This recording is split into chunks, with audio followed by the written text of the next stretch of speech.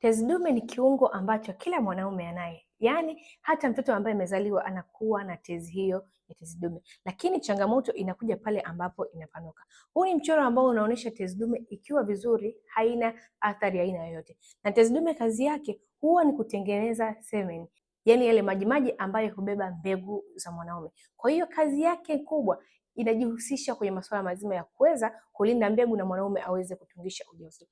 Lakini shida inakuja pale tezi dume yako inapokuwa imepanuka, ambapo inaenda kubana kibofu cha mkojo, na ikishabana kibofu cha mkojo, wanaume wengi huwa wanapitia hali ya kushindwa kukojoa vizuri, ama akikojoa mkojo unabaki kwenye kibofu cha mkojo, na wengine kupitia maumivu makali sana wakati wa kutoa haja ndogo. Kama unavyoona hapa, ndivyo namna ambavyo tezi dume ikipanuka huwa inaathiri mfumo mzima wa mkojo, na pia hali hii inaweza ikaenda kuathiri mpaka kwenye figo yako, ikiwa ina maana figo kufeli. Kama ni wewe ambaye unanisikiza unapitia hali ya kupanuka kwa tezi dume, niko hapa kukupa msaada wa moja kwa moja. Unaweza ukachukua namba yangu ili uweze kuondokana na changamoto hiyo.